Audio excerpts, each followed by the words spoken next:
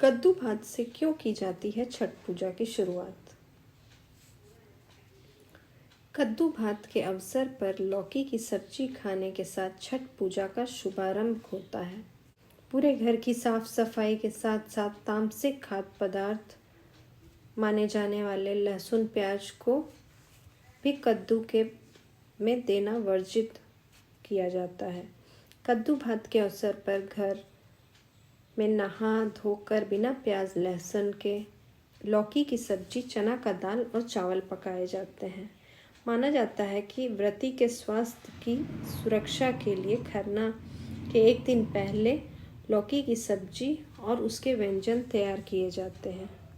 इस साल मंगलवार 5 नवंबर 2024 को कद्दू भात या नहाए खाए है।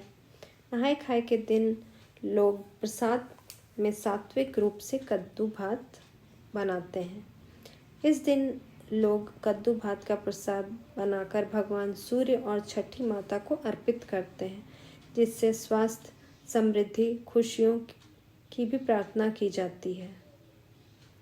यह पूजा पर्यावरण और प्रकृति के प्रति आभार व्यक्त करने का एक तरीका है। कद्दू भात न केवल स्वादिष्ट होता है, बल्कि इसे बनाने की प्रक्रिया में परिवार के सभी सदस्य मिलकर प्रेम और एकता के साथ काम करते हैं। इसमें मुख्य रूप से कद्दू, चने की दाल, सरसों तेल आदि शामिल होता है। कद्दू में कई पोषक तत्व होते हैं, जैसे vitamin A, C, fibre, mineral, जो आपकी सेहत के लिए बहुत फायदेमंद है।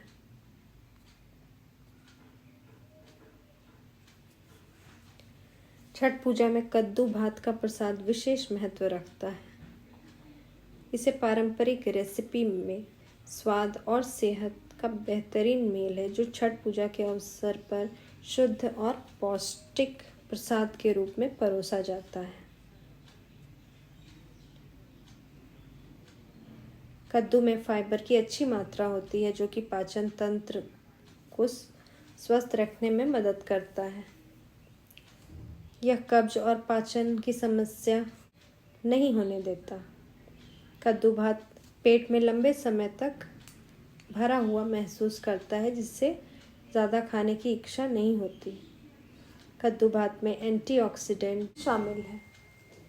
छठ महापर्व न सिर्फ एक साधना है, बल्कि यह आपको बीमारियों से बचाने और स्वस्थ रखने की भी सीख देता है।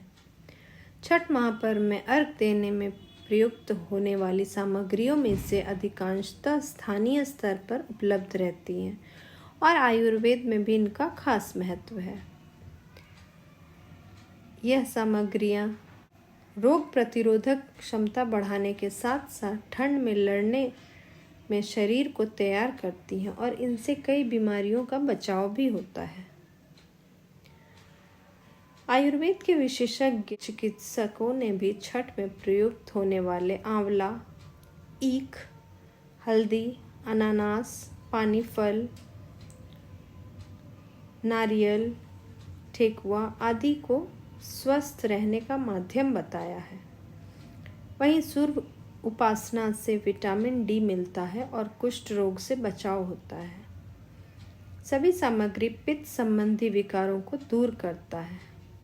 आंवला विटामिन सी, कैल्शियम और ठंड ऋतु के प्रकोप से बचाव और प्रतिरोधक क्षमता बढ़ाने में मदद करता है।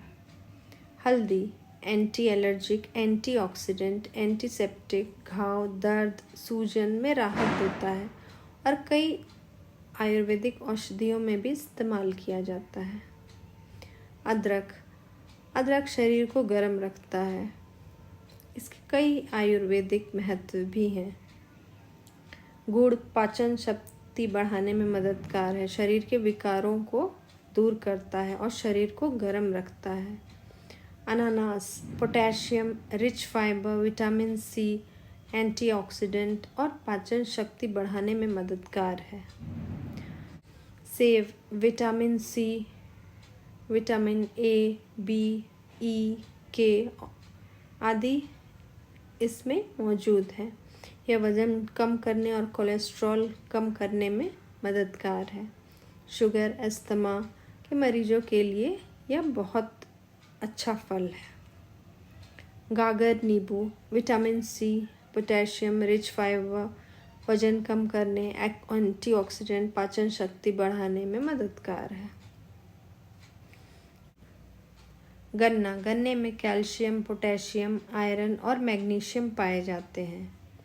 इसके मधुर रस से पित्त का शमन होता है। यह पाचन तंत्र ठीक करने के साथ साथ पेट के संक्रमण होने से भी बचाता है। यह वजन कम करने में तेजी से मददगार है।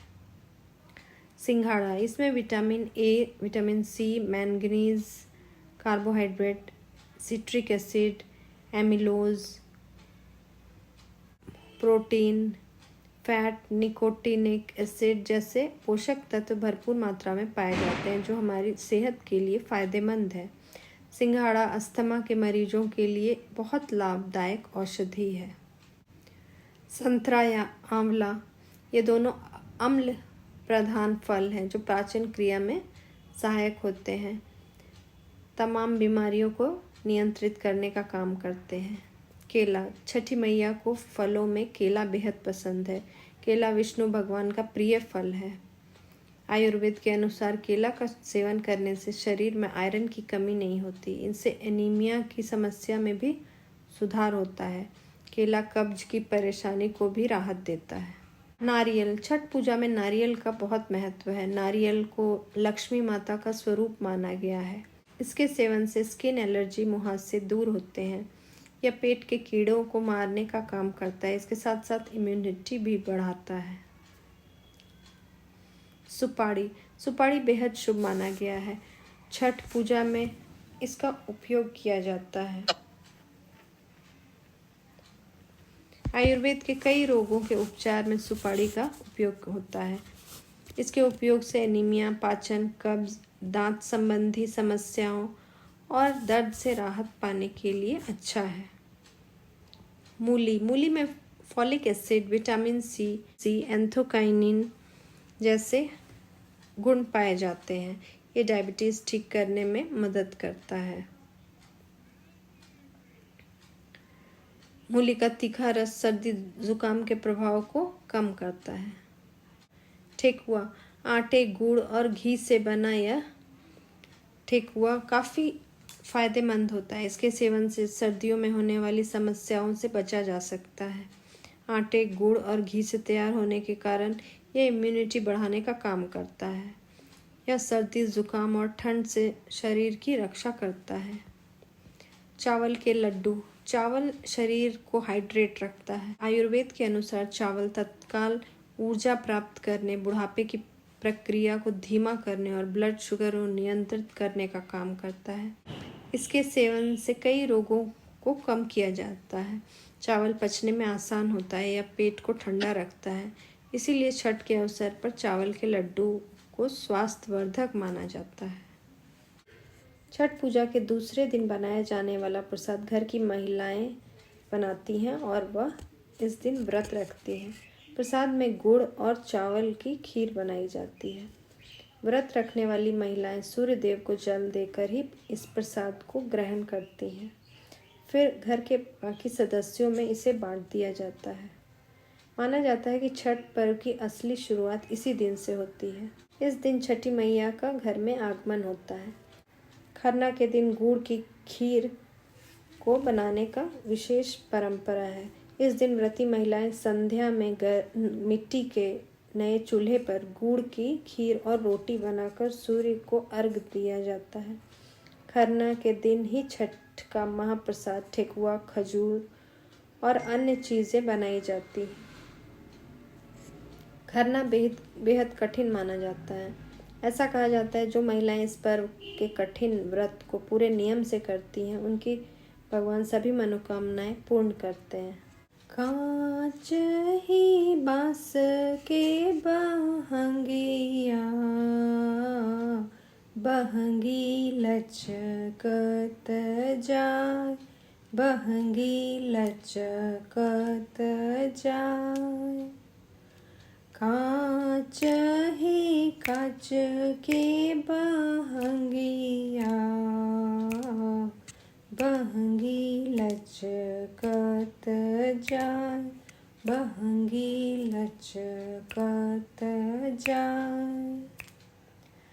होई ना बलम जी का हरिया, बहंगी घाटे पहुँचाय, बहंगी घाटे पहुँचाय।